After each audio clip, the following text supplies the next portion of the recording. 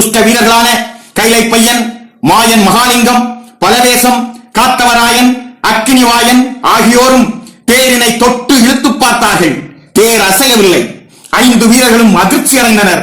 என்ன கேடு ஆனது என்று ஏங்கி நின்றார்கள். இத்துயரத்தை யாரிடம் சொல்லலாம் என நினைத்து அம்மை பத்திரகாளியிடம் சென்றனர். அம்மா, இத்தனை நாளும் எங்களால் இயலாதது ஒன்றுமே இல்லை என்றிருந்தோம். 7 கடல் தாண்டி கூட உலகை ஆண்டிருந்தோம். எரிந்து கொண்டிருக்கும் அக்கினி தூணை கையில் எடுத்துக்கொண்டு 3 உலகங்களையும் சுற்றி கொண்டு வந்தோம். வெள்ளி கைலாயம் ஆகிய கைலையங்கிரியின் வீதியெல்லாம் சுற்றி கொண்டு வந்தோம். கைலை மலைச்சாரல் எங்கும் விளையாடி திரிந்தோம். மாதன் அருள் பெற்ற மந்திரவாதியின் மாமலைக்கு சென்று மரணத்தையே வரவைக்கக்கூடிய அவனுடைய மாய்மால மந்திரங்களை எல்லாம் கண் காணாமல் போக வைத்தோம். பூமி முதல் கைலாயம் வரை எங்கள் பெயரே பரவி இருந்தது. வேறு யாரையும் நாங்கள் வீரர்களாக அறிந்ததில்லை. மாயனுக்கும் ஈசனுக்கும் பல தேவதைகளுக்கும் வைத்த பூஜைகளை எல்லாம் நாங்கள் தான் ஏற்றுக்கொண்டோம். பேய்களுக்கு தலைவராக இருந்தவர்களும் நாங்களே.